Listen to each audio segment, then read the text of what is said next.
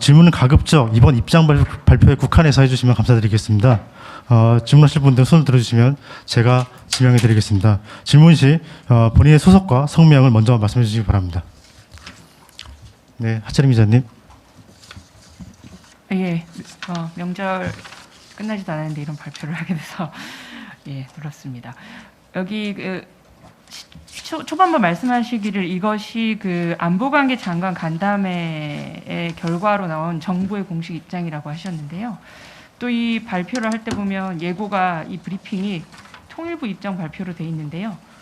9.19 군사 합의 중 비행금지 구역을 복원하는 것을 추진하는 것은 통일부의 입장입니까? 아니면 정부 부처 간의 합의가 된 내용입니까? 정부 입장입니다.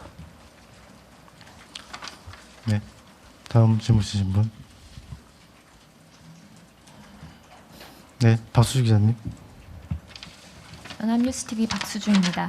9.19 남북 군사 합의의 선제적 복원은 장관님께서도 여러 차례 언급하신 바 있는데요. 연휴 초에 안보관계 장관 간담회를 통해 발표를 결정을 하셨다고 했는데 여전히 계속해서 추진해 나가겠다라는 입장이어서 이전과는 크게 이렇게 진전된 것은 없어 보여서 남북 군사 합의 복원 관련해서는 어떤 논의가 진행이 되고 있고 어떤 부분이 좀 걸림돌이 되어서 좀 빠르게 추진이 되지 못하고 있는 것인지 혹시 배경 설명할 수 있는 부분 있으시면 부탁드립니다. 적절한 시점. 이미 방침은 정해졌고요. 네, 다음 질문 받겠습니다. 네, 지선호 기자님. TV조선의 지선호 기자입니다.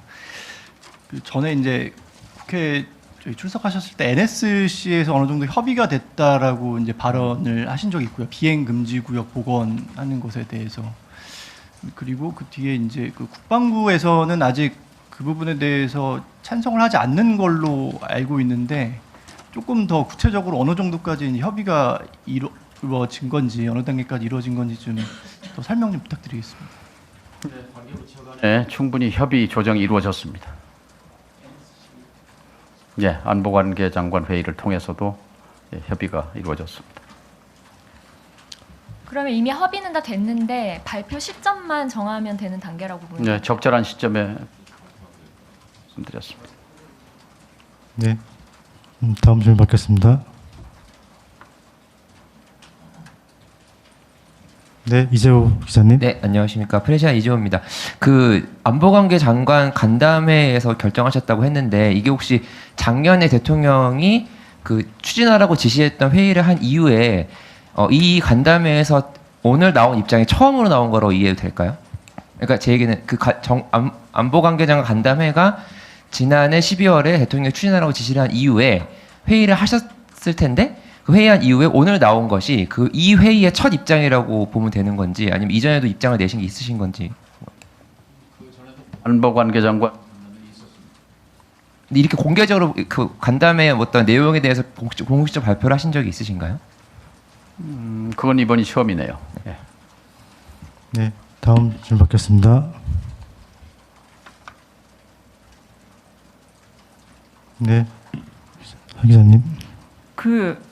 윤석열 정부 군의 대북 무인기 침투 작전에 대해서 이재명 정부의 통일부 장관으로서 깊은 유감을 표명하셨는데요. 통일부 그렇다면은 이걸 실제로 이행한 국방부 장관이나 하여튼 이런 쪽에서는 하는 것이 더 모양이 맞을 것 같은데요. 이것을 정부 차원의 윤정부 무인기 공식 사과가 통일부 장관을 통해서 나오게 된 이유는 무엇이고 왜 그렇게 하시는 것인지요? 무인기 사건이 이번 민간 무인기 침투 사건과 또 윤석열 정부 때 드론 사령부가 주도해서 한 것이 겹쳐 있어서 이런 계기성에 유감 표명을 하게 된 겁니다. 네, 또 질문 받겠습니다. 예, 질문이 특별히 없으신 것 같으니까. 네, 김영준 기자님. 예, 한국일보의 김형준 기자입니다. 일각에서는 북한이 과거에 무인기 침투를 했던 것에 대한 사과가 없었는데 우리가 사과하는 것이 맞느냐에 대한 뭐 이의도 있고 뭐 이견도 좀 있는 것 같은데 이에 대해서는 어떻게 생각하시는지 여쭤보고 싶습니다. 지금까지 북이 남으로 무인기를 보낸 게 10번 있습니다. 남이 이 북으로 보낸 게 군에서 보낸 게 11번, 민간인 이번에 4번, 14번 있었죠. 그런데 이번 민간인 무인기를 제외하면 나머지는 모두 남북이 적대 대결 상태에서 이루어진 것입니다. 남이 북을, 북이 남을 서로 죽고 죽이려 한 그런 상태에서 날려보낸 것과 이번에 이재명 정부 들어서서 민간인들이 일부 군인들과 연계된 지금 혐의로 조사를 받고 있는데 무인기를 날려보낸 것은 성격 자체가 판이하게 다릅니다. 그리고 윤석열 정부라 하더라도 당시에 전쟁을 유발해서라도 계엄을 하려고 했던 그 천인공노할 범죄 행위에 대해서는 정부가 국민 앞에 사과해야 되고 마땅히 범죄자는 윤석열 전 대통령 국민 앞에 석고대죄해야 한다고 생각해서 오늘 말씀을 드린 겁니다. 그 두 가지는 분명히 구분할 필요가 있습니다. 네, 박경 기자님. 네, 경향신문의 곽희양이라고 합니다. 장관님께서 말씀하신 대로 민간인들께서는 아직 수사받고 있는 단계입니다. 조사를 받고 있긴 하지만 재판은 물론 기소되기도 전의 상태입니다. 무죄 추정의 원칙이 있는데 아직 기소되지도 않는 사람들을 마치 유죄인 것처럼 가정을 하고 이렇게 빨리 이렇게 서둘러서 발표하게 된 이유가 뭔지 궁금합니다. 빠르다고 생각하지 않습니다. 이 남북 간의 무너진 신뢰 회복을 위해서는 잘못한 일은 신속하게 잘못했다고 인정하고